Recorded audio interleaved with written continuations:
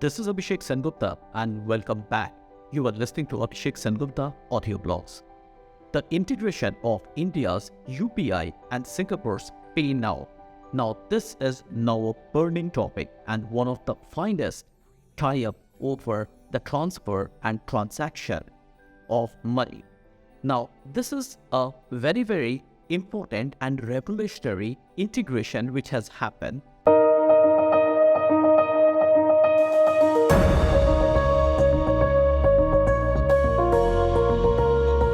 Transferring money between Singapore and India is going to get easier. The two countries will link their real-time payment systems by July next year. Now, UPI is going global. India and Singapore have launched a new initiative, cross-border connectivity of real-time digital payment systems. In simpler words, this means easy linkage between India's UPI and Singapore's PayNow. In this episode, we will understand and analyze what is this all about and how the deal is going to benefit or impact business or general public. Now, in order to facilitate the free, transparent, easy and quicker money transfer from one country to other country, the integration of UPI and PayNow is a very significant step forward. I must say this is a revolutionary step forward. Now, this integration cum partnership is announced jointly by the Governor of Reserve Bank of India, Mr. Shaktikanta, and the Managing Director of Monetary Authority of Singapore, Mr. Ravi Menon, in the presence of the Prime Ministers of both the countries. Now, using this integration and collaboration, the people of both the countries can send the money to each other easily, quickly, and that too in a transparent manner. Now, first thing first, let us first understand what is UPI and what is PayNow. UPI or Unified Payment Interface is developed in India and mobile-based fast payment system. This allows the customers to make payment round the clock instantly by using a virtual payment address. Now, this eases a person of giving the bank details, IFSC details and other related bank information. Now, UPI facilitates easy and quick money transfer between person to person or person to business. On the other hand, Singapore's PayNow is also a quick payment system. This enables peer-to-peer fund transfer system which are available to the retained customers in Singapore through participating banks and non-bank financial institutions. It enables people to receive or send funds instantly from one bank or e-wallet to other by using the mobile number, Singapore's national registration identity number or foreigner identification number. The next is, what is this UPI and PayNow integration? Now, generally we have seen the cross-border monetary transactions are complicated, expensive, and less transparent. Now, UPI and PayNow integration is a significant step forward in development of infrastructure for cross-border payments between India and Singapore. Now, this is closely aligned with G20's financial inclusion priorities of faster, cheaper, and more transparent cross-border transactions. Now, next point is, how is this beneficial?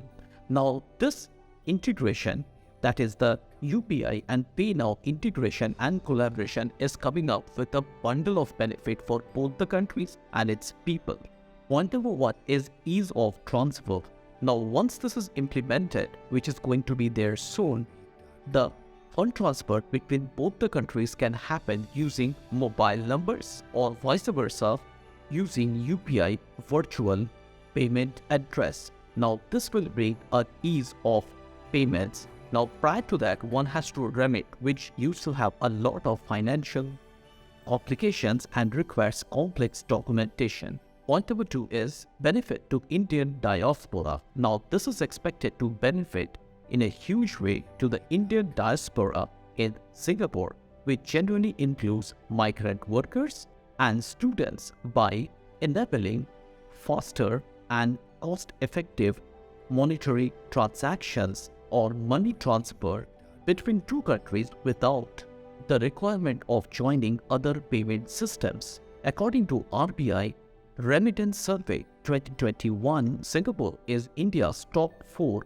inward remittances market. According to Ministry of External Affairs document, the population of overseas Indians, there are around 650,000 Indians in Singapore, including non-resident Indians and people of Indian origin.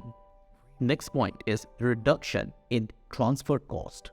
The Chief FinTech Officer at Monetary Authority of Singapore stated on the sidelines of G20 first working group meeting on financial inclusions in Kolkata that the integration of system will reduce the cost of sending and remittances by up to 10%. Now 10% reduction in cost is a huge number for the people concerned.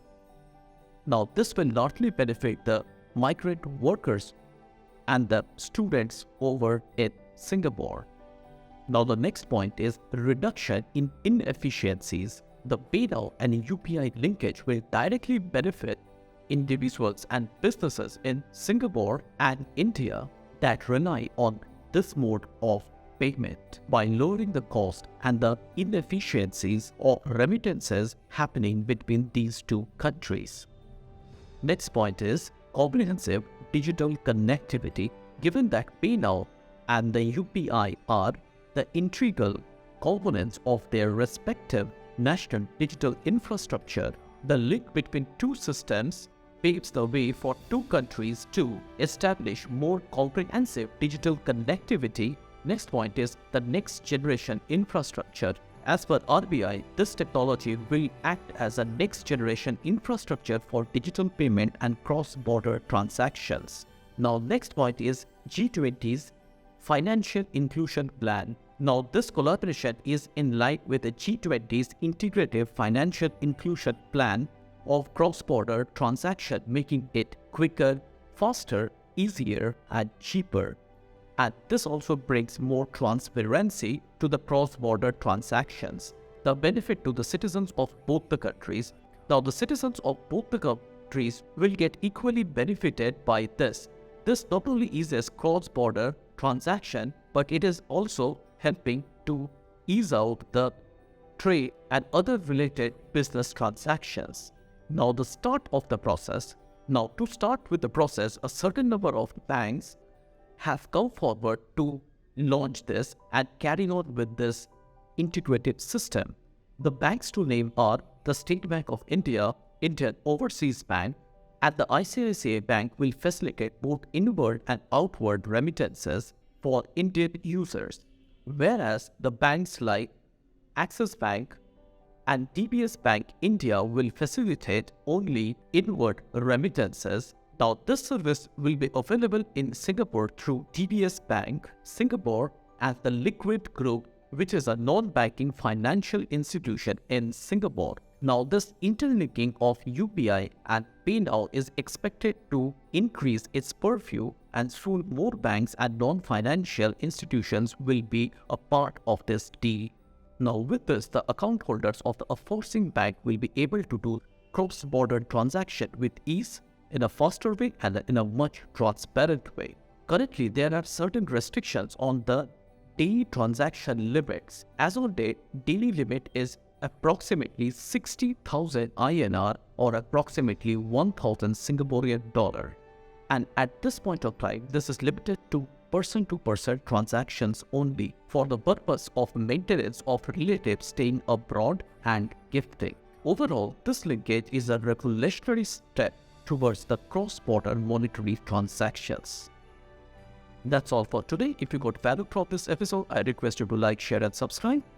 To my Apple Podcast listeners, I request for a review. I want an honest review how my podcast is helping you and enhancing your life.